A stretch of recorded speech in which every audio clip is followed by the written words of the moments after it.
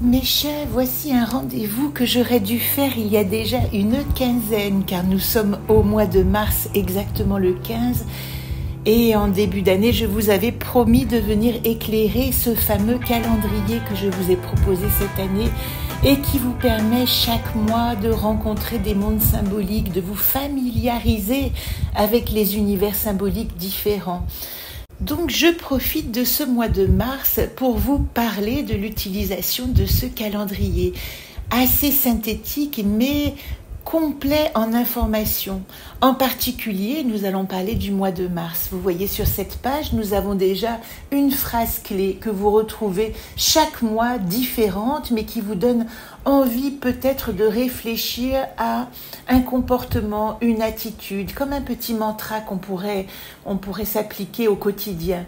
Eh bien, en ce mois de mars, cette phrase collective, c'est « implique-toi ». Comment nous pouvons nous impliquer dans les projets qui fleurissent, qui affleurent, qui germent, qui sont encore en bouton, mais que nous allons développer pendant tout ce nouveau cycle ésotérique qui commence avec le bélier le 21 mars, avec l'équinoxe du printemps dans l'hémisphère nord, avec cette fameuse date de Mabon dans l'hémisphère sud. C'est un tournant. Ostara, c'est la 4e date du calendrier ésotérique dans l'hémisphère nord qui célèbre le retour à la vie de la nature au printemps. Quand nous sommes dans l'hémisphère sud, qui est encore mon cas pour 2 petits jours, nous sommes à Mabon dans l'hémisphère sud. Eh bien, si vous allez dans votre calendrier à la page de novembre, puisque toutes les dates correspondent mais sont inversées selon l'hémisphère dans lequel nous vivons, c'était tout l'intérêt de ce calendrier, d'essayer de s'adapter quel que soit le lieu sur la planète où nous vivons. Eh bien, quand nous célébrons le 20 mars exactement l'équinoxe de printemps qui s'appelle Ostara, célébration de la croissance et du réveil de la nature, correspond dans l'hémisphère sud à Mabon, l'équinoxe d'automne, équilibre entre la lumière et l'obscurité, réflexion sur l'année écoulée. Dans cette roue ésotérique, nous avons 8 dates importantes. 4 dates qui sont ponctuées par les 2 solstices et les 2 équinoxes. Et nous avons aussi 4 dates qui correspondent d'une certaine manière au temps des récoltes et des moissons, en tout cas de la culture et de ce dont nous avons besoin pour nous nourrir. Et dans cet hémisphère sud, nous parlons d'équilibre entre lumière et l'obscurité, ce qui est aussi le cas, l'équinoxe de printemps, jour et équinoxe, jour égale nuit. Ici, dans l'hémisphère sud, nous allons avoir une réflexion sur l'année écoulée et dans l'hémisphère nord, nous allons nous pencher sur ce que nous devons faire croître puisque nous sommes arrivés à un moment précieux où toute la vie renaît. Je vous en ai parlé dans cette page du calendrier, mais le jour d'équinoxe du printemps marque aussi le début de l'année angélique, c'est-à-dire cette année qui est symboliquement aspectée par 72 anges nommés de 3 lettres de la Kabbale, 3 lettres hébraïques qui permettent de leur donner un nom et de les relier, on pourrait dire, à la puissance de la création, à la puissance du divin, puisqu'il est dit que ces 22 lettres hébraïques ont construit le monde. Au commencement était le verbe Bereshit. Eh bien, je vous ai proposé dans ce calendrier de vous relier à chaque figure symbolique angélique en vous notant les anges physiques du mois et leurs bienfaits.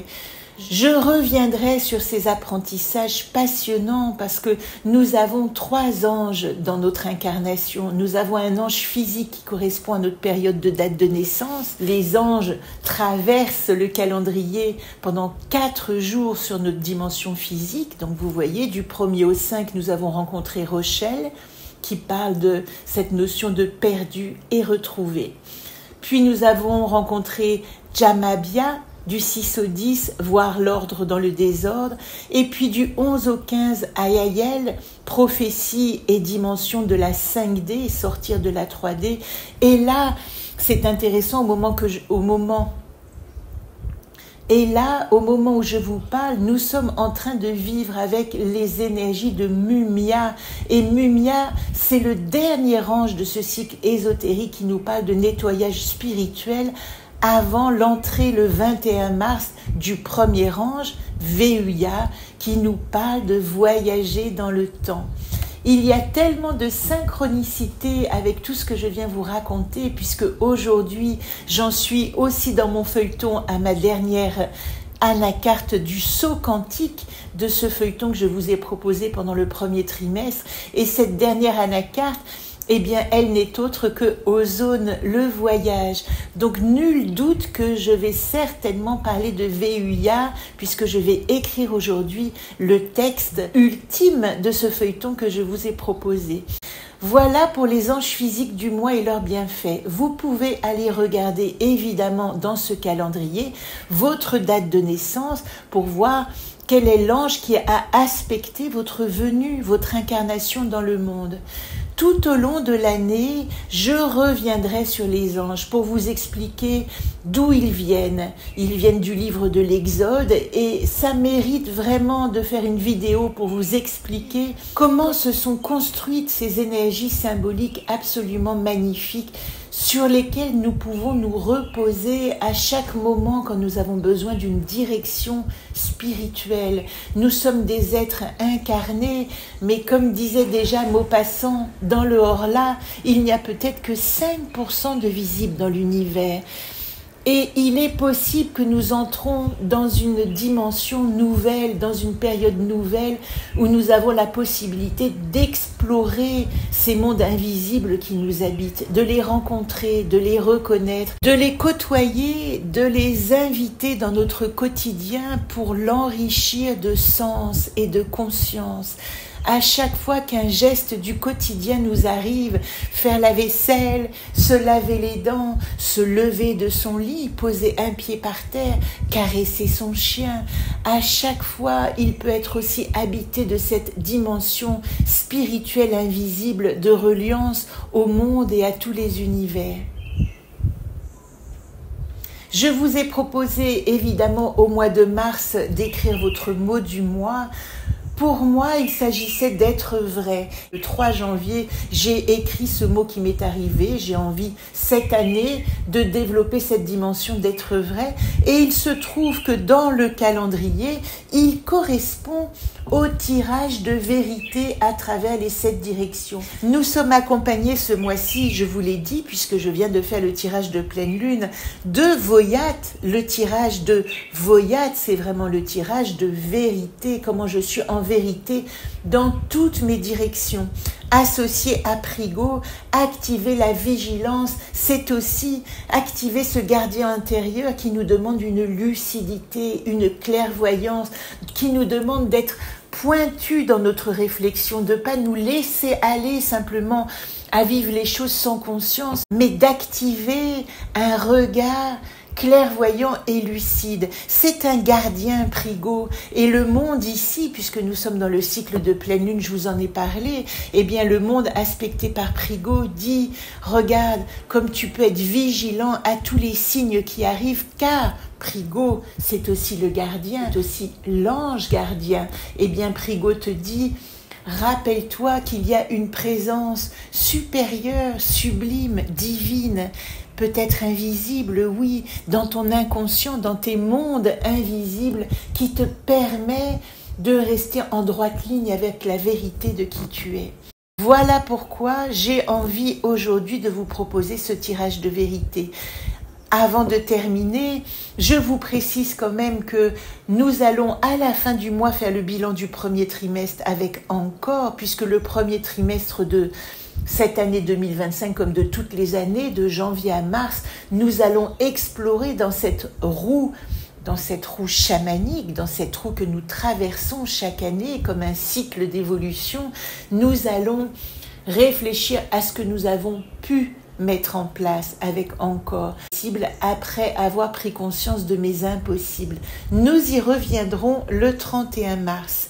Pour les petites informations que je vous ai notées, je vous avais parlé du 8 mars, qui est la journée dédiée aux femmes. Vous avez à disposition le mode d'emploi du tirage des déesses dans les petites fiches qui sont encore disponibles sur commande. Et je précise que je reprendrai mes ateliers dès que je regagnerai mes pénates en Haute-Savoie à partir du mois de mai, si vous avez envie de venir vous exercer avec moi. Pourquoi? Parce que pendant ces 5 mois que j'ai passé vraiment hors de chez moi, à 10 000 kilomètres, hors de mes repères habituels, je me suis rendu compte à quel point ce jeu a pu m'accompagner et me donner la force dans ce chemin où j'avais perdu mes repères. Et j'ai envie évidemment de continuer à partager avec vous ce merveilleux outil de conscience qui m'accompagne chaque jour. Je vous propose de passer à un tirage collectif de vérité à travers les 7 directions. Pour que vous puissiez réaliser votre propre tirage, j'ai ce matin exercé le mien. Ça veut dire que je vais vous proposer un tirage à partir du moment où je le mets sur cette chaîne. Il va résonner à ceux et celles qui n'ont pas le jeu et vous pouvez l'utiliser aussi dans votre dimension personnelle. Ce tirage de vérité va nous permettre de comprendre comment nous sommes, ben oui, c'est vraiment le mot-clé du mois, en vérité avec nous-mêmes dans toutes nos directions. Je vais prendre l'exemple du tirage que j'ai réalisé ce matin et qui, à partir du moment où je vous le partage sur cette vidéo, devient collectif. Ça veut dire que si vous avez envie de l'écouter, il y a une information pour vous. Si vous avez votre propre jeu, je vous invite à suivre mes indications et à faire votre propre tirage. La fiche est disponible déjà sur votre calendrier. Nous allons commencer par la coupe. Au moment où nous mélangeons notre jeu, nous le rassemblons et nous allons le couper en 2 tas. La carte du milieu va parler de moi, la carte du dessous va parler du monde. Pour ce tirage, nous avons en proposition de coupe moi, Garit, dans le monde Tormo. Moi, Garit, dans le monde Tormo, elle peut parler du courage de trouver mon enracinement. Ce tirage de vérité, et s'il vous parle, restez pour la suite, il donne une information à ceux qui ont envie de s'activer pour trouver quel est le lieu dans lequel ils vont pouvoir s'enraciner. Il y a une phrase qui dit qu'il est important à un moment de sa vie de faire pousser ses racines depuis l'intérieur. Eh bien, Garit va nous proposer de trouver la force et le courage de ce guerrier de lumière, d'aller nous enraciner dans le lieu qui nous convient. Tormo a toujours cette dimension des racines qui nous ont été données, c'est-à-dire d'où nous venons. Tormo, c'est l'héritage. Tormo, c'est, quand vous prenez votre petit jeu, la définition, c'est le père et c'est ce qui m'a été transmis. Eh bien, dans ce tirage de vérité, nous devons déposer dans la terre ce que nous allons transmettre peut-être à notre tour. Où décidons-nous de nous enraciner dans ce nouveau projet ? La première carte que nous allons regarder, elle va être posée à droite à la direction de l'Est. La direction de l'Est, c'est la première direction dans la roue que je vous propose aussi pour les enseignements des 13 gardiennes, des 13 lunes. Nous commençons à l'Est avec Grand-Père Soleil et l'Est, c'est l'illumination. Cette direction, elle va parler de la mise en lumière. Comment nous pouvons regarder la situation actuelle? Quel est notre état d'esprit initial, ici et maintenant? Il y a dans cette rencontre que nous faisons avec nous-mêmes un objectif personnel caché. Et c'est peut-être cette anacarte qui va nous donner le sens de ce chemin que nous traversons en ce moment, de ces directions. La première carte que je vous propose, c'est blanc, la carte blanche, la page blanche. Je vais utiliser le mot « jeu », mais évidemment que c'est un jeu collectif. C'est comme si vous pouviez parler de vous-même au moment où je dis « je ». Cette carte, elle me propose d'être un terrain vierge pour poser tous les possibles. Et vous savez qu'avec Blanc, comme les deux autres cartes qui sont hors alphabet, Encore et Later, je propose de tirer une deuxième carte pour éclairer. Avec Encore, ça éclaire ce que je ne peux pas. Avec Later, ça éclaire ce que je ne veux pas. Avec Blanc, je vais éclairer ce que je ne sais pas. Ici, Blanc me dit, j'ai carte blanche pour devenir qui je suis dans ce nouveau cheminement, et pour m'aider dans ce que je ne sais pas, j'ai Yodine. Yodine, mon paysage intérieur. Ça veut dire que cette première direction, elle dit tout simplement que je suis à un endroit où j'ai carte blanche pour me réinventer et pour m'aider à trouver des pistes de cette nouvelle existence. Je dois puiser dans mon paysage intérieur. J'aime beaucoup cette image aussi que le monde extérieur, quand nous sommes réalisés, ressemble à notre paysage intérieur. Eh bien, le projet de ce tirage, c'est de ressembler à ce paysage intérieur qui nous habite, de le mettre à l'extérieur et de s'enraciner dans ce monde-là qui nous appartient. La deuxième carte, elle va correspondre à la direction du sud. Le sud, dans cette roue, ce sont les interactions affectives. Qu'est-ce qui est touché dans mes émotions, dans mon enfant intérieur? Où est la blessure initiale qui a été activée et qui fait que je dois regarder ici ma vulnérabilité, que je dois retrouver ici mon innocence? En quoi ai-je le sentiment d'avoir été atteint? Ici, pour explorer cette direction, nous avons Udurs.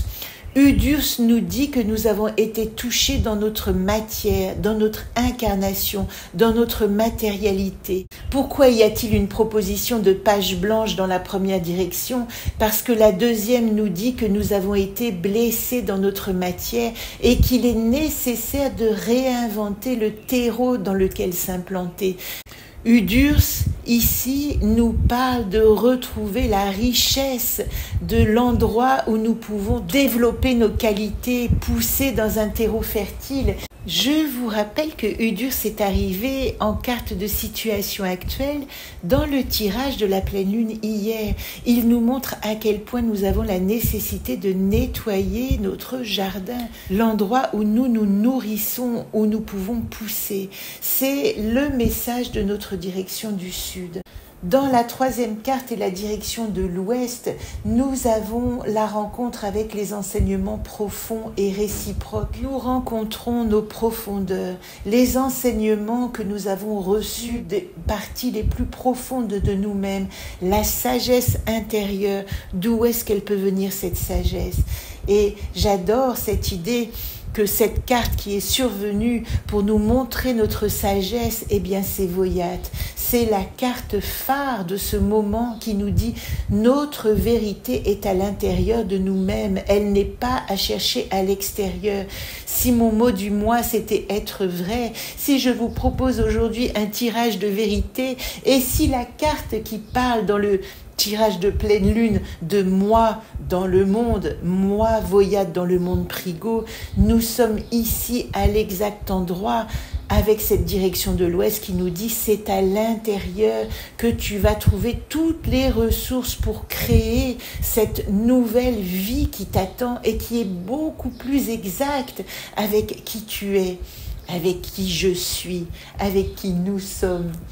La quatrième carte, c'est la carte de la direction du nord. Le nord, c'est toujours relié à l'esprit, à l'intelligence, à la réflexion. C'est la leçon retenue.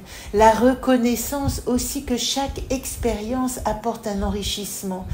Qu'ai-je appris de cette interaction? Comment ai-je grandi? Et l'anacarte qui est montrée ici, c'est l'humile. Très parlant, puisque nous étions dans cet axe de Lilith, la lune noire en balance, qui nous demandait de nettoyer vraiment profondément notre relation, notre mode relationnel. Et ici, l'humile vient nous dire, est-ce que tu as bien réfléchi à ta manière de rentrer en relation, de trouver tes partenaires, de trouver Les personnes qui t'entourent, est-ce qu'elles t'enrichissent? Est-ce qu'elles vont dans ta vérité? Est-ce qu'elles sont vraies? Avez-vous remarqué, si vous êtes en vérité avec vous-même, à quel point certaines relations disparaissent? Que vous ne le vouliez ou non, l'interaction ne se fait plus. Et c'est la leçon de ce tirage de vérité, de cette direction du Nord. Nous n'avons plus à rentrer en relation avec les interactions stériles.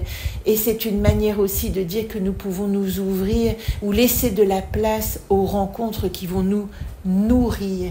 La 5e direction, elle est au-dessus du Nord. Elle nous parle de la direction du haut. Comment suis-je accompagnée subtilement? Où est l'endroit où je fais preuve de destruction des illusions, où je peux faire le point sur la responsabilité réciproque aussi dans mes relations? Comment est-ce que je peux activer mon discernement avec l'aide de la chouette blanche qui est le symbole associé à la direction du haut, avant d'aller tout en bas dans les mondes? Et c'est ainsi que j'ai choisi de vous proposer cette roue, de me relier à cette direction d'en haut. Et pour me relier, j'ai Bozem. C'est magnifique puisque Bozem vient me dire: fie-toi à ton enfant intérieur. Lui est en lien encore avec les mondes invisibles et lui peut te parler de ce paysage intérieur dont tu as besoin pour recommencer ton chemin, et il peut te montrer cette voie de vérité qui va te permettre d'avoir un terreau fertile. Bozem, pour moi, et vous savez que j'ai créé un tirage de mission d'âme où Bozem est le révélateur de ma mission d'âme. Bozem, c'est celui qui sait. Pour peu que nous puissions nous relier à notre enfant intérieur, nous avons la révélation. L'avant-dernière carte, c'est la direction du bas. Une fois que j'ai touché ces mondes invisibles et que j'ai compris que je suis plus qu'une incarnation, je suis une entité spirituelle venue faire une expérience humaine, eh bien, en bas, c'est la vérité que je déniche sur moi dans mon incarnation. C'est dans l'arbre des séphirotes, Malchut, comment je m'enracine dans le monde. Eh bien, qu'est-ce que je peux regarder que je ne voulais plus voir, que j'ai enfoui, caché, avec l'aide de la belette, qui est l'animal totem symbole associé à la direction du bas? Comment je peux activer mon énergie pour pouvoir faire émerger le meilleur de tout ce que j'ai appris? Eh bien, la bonne nouvelle, c'est que nous avons dans cette direction d'en bas Astor qui nous dit « réinvente-toi ». Nous avons la carte blanche dans la première direction qui dit « tu es une page vierge », une carte blanche sur laquelle tu vas pouvoir déposer ton paysage intérieur. Eh bien, Astor nous confirme que dans la matière, vous voyez qu'il y a dans ce tirage Udurs jusqu'au-dessus, et il dit réinvente toute ta matière première pour pouvoir être en vérité avec qui tu es. Alors là, si c'est pas un tirage de renaissance. Je termine tout simplement avec la direction du centre. Qu'est-ce que c'est la direction du centre? C'est la 7e carte, c'est l'harmonisation, c'est la paix du cœur, c'est la loi divine de l'harmonie. Comment je digère cette vérité qui m'est donnée dans tous ses aspects? Cette direction du centre, elle est reliée au zèbre. Rien n'est noir ou blanc. Elle est reliée aussi au ragondin qui parle de la protection de l'opprimé. Comment, avec cette direction du centre, je vais activer toute ma force pour traverser ces 7 directions et pour pouvoir me réaliser. Nous avons pour cela la magnifique Xerda, qui n'est autre que la cousine d'Astor. Vous voyez, ils ont le même maillot de bain. Mais autant Astor nous parle d'un challenge à réaliser dans le monde, autant Xerda nous dit « je suis cap ». Xerda dit « eh bien maintenant que j'ai compris que je peux vivre dans cette immensité à partir de mon monde intérieur et imprimer toutes mes visions intérieures sur ce paysage vierge qui se propose, disponible pour moi, je vais pouvoir aller dans le monde avec toute ma vérité, rencontrer les relations justes pour moi, juste à partir de mon enfant intérieur qui sait exactement ce dont j'ai besoin, et créer une matière, une opulence nouvelle qui va me permettre de trouver la solution à cette proposition qui est être ce guerrier de lumière, de pacification qui s'enracine dans une nouvelle terre. Eh bien, je n'aurai qu'un mot de proposition pour ce mois de mars, renaître dans notre nouvelle terre. J'espère que ce tirage vous a plu. Je vous promets que ces rendez-vous se réactivent à partir du mois d'avril. Le calendrier est toujours disponible, peu importe qu'il ait déjà commencé, car vous verrez à quel point il va vous être utile chaque mois. Et à ce sujet, d'ailleurs, les mois de janvier et février, je vous les proposerai sûrement en 2026, car il a une qualité intemporelle qui va vous permettre de le réutiliser chaque année. À très bientôt pour cette nouvelle lune en bélier qui nous attend.